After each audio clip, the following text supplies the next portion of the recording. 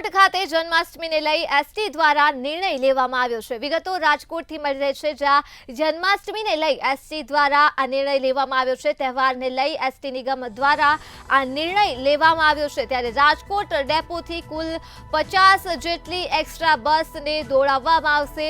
રાજકોટથી આ માહિતી મળી છે। રાજકોટમાં સૌરાષ્ટ્રનો સૌથી મોટો લોક મેળો યોજાય છે, જેને લઈ એસટી દ્વારા આ નિર્ણય લેવાયો છે। કુલ 50 જેટલી એક્સ્ટ્રા બસ દોડાવવામાં આવશે। તો મુસાફરોની ભીડને લઈ એસટી તંત્રએ આ મહત્વનો નિર્ણય લીધો છે। કુલ 50 જેટલી એક્સ્ટ્રા બસોને રાજ્યના વિવિધ શહેરોમાં દોડાવવામાં આવશે અને લોકમેળાને મોટી સંખ્યામાં મુસાફરો આવે તેવી શક્યતા પણ છે, જેને લઈ એસટી દ્વારા આ નિર્ણય લેવામાં આવ્યો છે।